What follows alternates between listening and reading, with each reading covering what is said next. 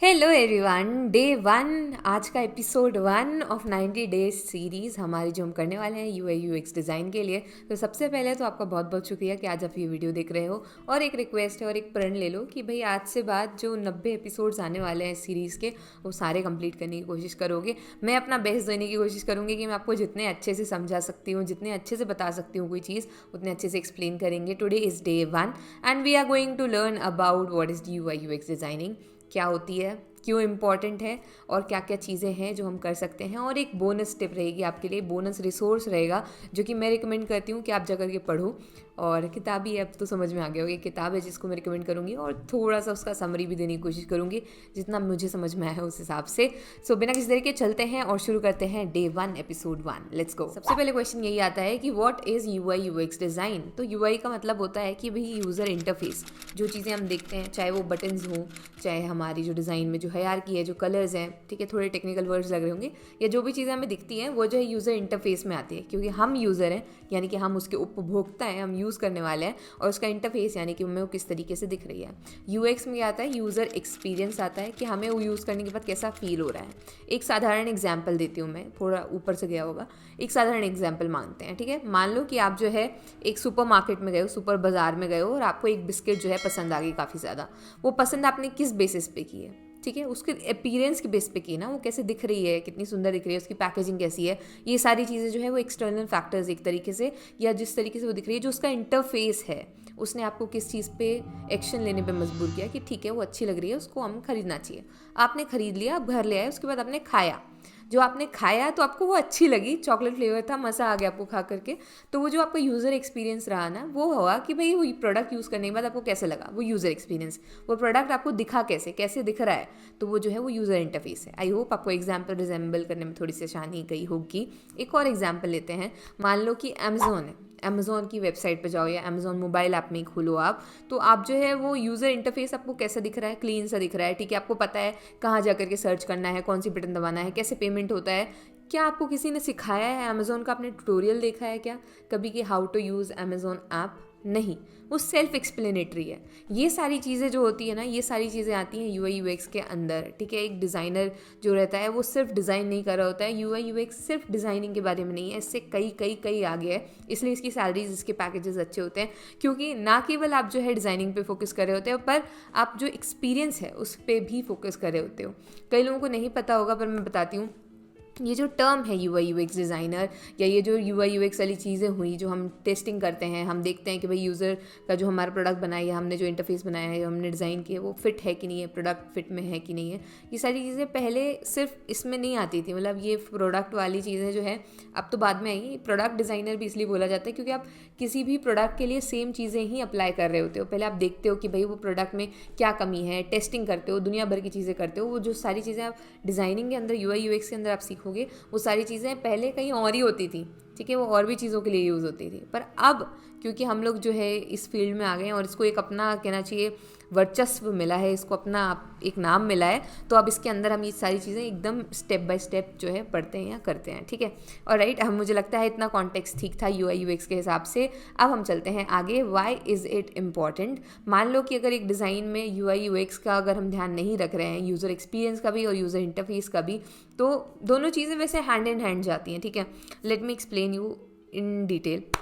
मान लेते हैं एक डिज़ाइन है, एक ऐप है, अमेज़ॉन है, ठीक है। अमेज़ॉन का जो है यूज़र इंटरफेस ख़राब है, मतलब कि उसमें कुछ बटन्स इतनी इतनी सी दी हुई है, ठीक है, और सर्च बार नीचे दिया हुआ है, तो इस तरीके का कुछ सीन है, इमेजिन करो, ठीक है। तो क्या हुआ, कितना भी अच्छा यूएक्स हो उसका, मतलब वो कितने भी कम स्टेप्स में आपको पेमेंट कराने के लिए दे रहा हो, कितने भी कम स्टेप्स में आपको दुनिया भर की चीज़ें दिखा रहा हो, कितना भी कुछ भी अच्छा उसमें अंदर मटेरियल हो, पर यूज़र इंटरफेस ख़राब हो गया उसका, तो फिर यूएक्स कुछ काम का ही नहीं। आपका कितना भी अच्छे रहे, आपका यूज़र एक्सपीरियंस अपने आप खत्म हो जाएगा। तो यूआई और यूएक्स दोनों हैंड इन हैंड जाते हैं।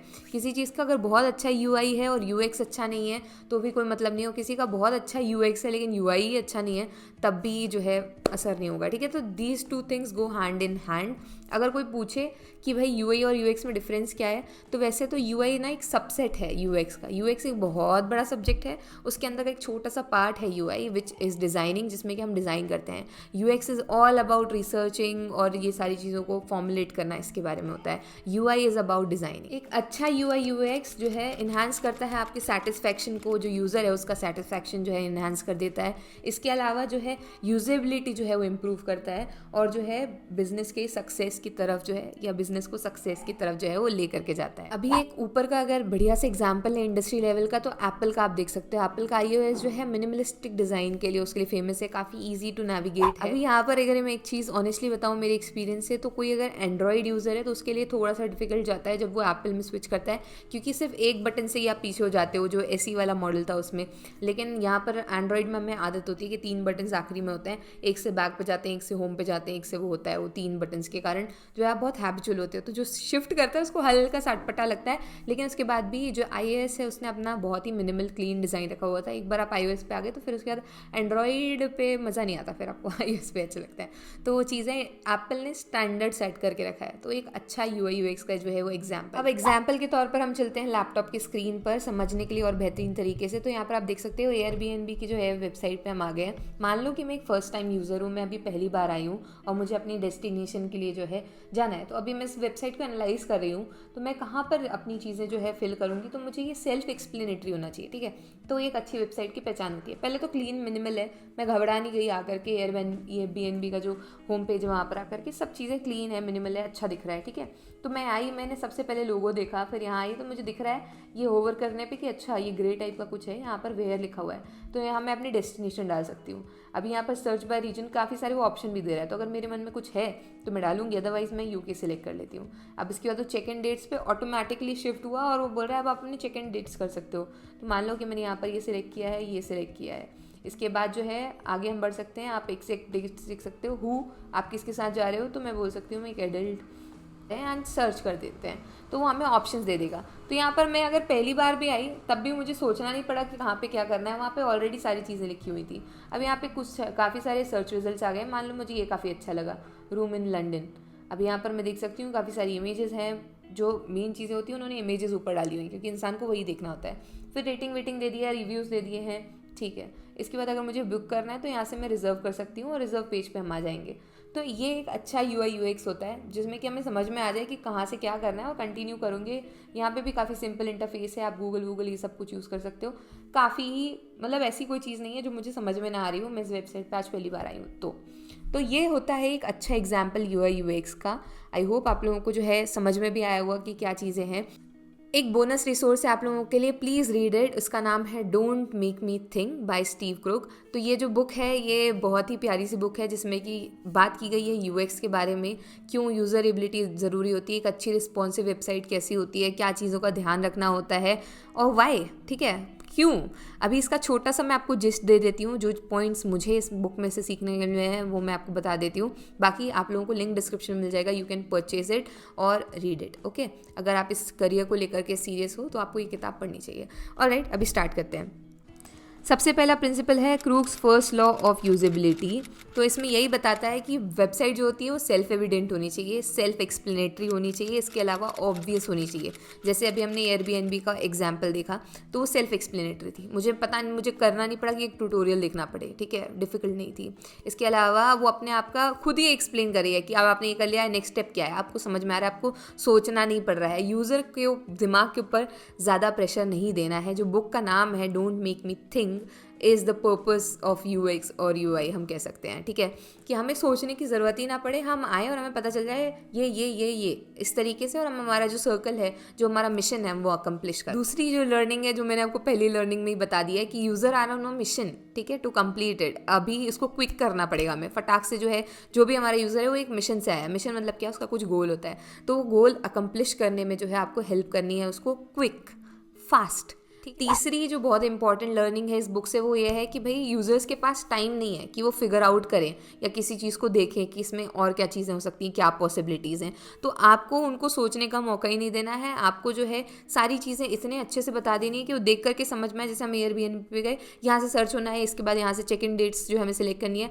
मुझे कुछ भी डिफ़िकल्टी नहीं हुई, मैंने एक बार में जो है डिसाइड कर लिया कि कहाँ पे क्या करना है। उसमें कुछ ऑप्शंस आपको पहले से दिए हुए हैं कि आपको मौका ही ना मिले कि आप रुको, तो नीचे भी कुछ नीचे भी कुछ जो है आपको ऑप्शन सजेशंस में आ रहे थे, तो वहाँ से भी हमको काफ़ी हेल्प मिल जाती है। फोर्थ एक बहुत अच्छी लाइन है कि users don't make optimal choices, they make satisfying choices. इसके अलावा प्रिंसिपल ऑफ वेबसाइट डिज़ाइन के बारे में बात की गई है। एक अच्छी वेबसाइट डिज़ाइन जो है वो क्लैरिटी पे फोकस करती है, काफ़ी सिंपल होती है, मिनिमल होती है, कंसिस्टेंसी जो है बहुत ज़रूरी होती है, एक्सेसिबिलिटी सारी जगहों पर, और इसके अलावा मेन पॉइंट है वो है यूज़र सेंट्रिक। तो डिज़ाइन को यूज़र सेंट्रिक होना इज़ वेरी इंपॉर्टेंट। अगर आपकी डिज़ाइन यूज़र सेंट्रिक नहीं है तो कोई फ़ायदा ही नहीं है। To be honest, user centric मतलब कभी भी आप डिज़ाइन करो, ये भी इसी की लाइन है बुक की कि don't design for your self, design for user. ठीक है, आप यूज़र हो लेकिन आप यूज़र नहीं हो। जब आप डिज़ाइन कर रहे हो आपको उनका सोच करके बनाना है जो इंसान यूज़ कर रहा हो। क्या चीज़ें राइट करने पे फोकस करनी है, थिंग्स टू गेट राइट। सबसे पहला नेविगेशन, कि वो आराम से नेविगेट कर पाए आपकी पूरी जगहों पर, सारी चीज़ों पर। दूसरा है लिंक्स, पता चलना चाहिए कि कौन सी चीज़ क्लिक करने वाली है, कौन सी नहीं है। पता चले जो अनक्लिकेबल टेक्स्ट है वो आपने ऐसे बना दिया है कि वो सामने वाला क्लिक करने की कोशिश कर रहा है, कुछ हो ही नहीं रहा है। या बटन ऐसे बना दिए कि पता ही नहीं सामने वाले को वो बटन है या वो क्लिकेबल चीज़ है। थर्ड इज सर्च करने में आसानी जानी चाहिए। फोर्थ इज फॉन्ट्स का ध्यान रखना है। And fifth is layout. तो ये कुछ चीज़ें हैं जिनका हमें ध्यान रखना है। इसके अलावा एक बहुत प्यारा सा उसमें सीन है, वो है यूजरेबिलिटी का टेस्ट का। तो उसमें ये बोला जाता है कि पहले ही अर्ली स्टेज पे टेस्टिंग करना इज़ वेरी इंपॉर्टेंट। आप पहले एक बार करवा लो टेस्ट, बजाय कि जब पूरा प्रोडक्ट बन जाए उसके बाद 50 लोगों से टेस्ट करा रहे हो, वो भी ज़रूरी है। आफ्टर जो पोस्ट वाली चीज़ होती है उसके बाद भी टेस्टिंग होती है कि कैसा चल रहा है हमारा प्रोडक्ट जो हमने बनाया है, वो कैसा क्या सीन है। Feedbacks are important. उसके बाद आप मॉडिफिकेशन कर सकते हो, then you can launch the final prototype. अभी तो प्रोटोटाइप बनाएंगे, फिर आखिरी में जो आप अपना लॉन्च कर सकते हो, लेकिन जो अर्ली टेस्टिंग है उसको बहुत महत्व दिया। शॉर्ट कंक्लूजन में इसमें आपका माइंडसेट क्लियर हो जाएगा कि एक अच्छा UI UX डिज़ाइनर बनने के लिए आपको किन चीज़ों का ध्यान रखना होता है, क्यों यूज़र टेस्टिंग जो है वो कैसे की जाती है, क्यों ज़रूरी है। इसके अलावा वेबसाइट डिज़ाइंस के बारे में ज़्यादा फोकस किया गया है कि आखिरकार क्या चीज़ें हैं, मतलब किस पे ध्यान देना है। तो ये सारी चीज़ें जो है इस पर्टिकुलर बुक में है। मैंने छोटा सा जिस्ट दे दिया है। अगर आप चाहते हो मैं इस बुक पे डिटेल्ड रिव्यू लेकर के आऊँ तो लिखो यार book review in the comment section below, ताकि मुझे पता चले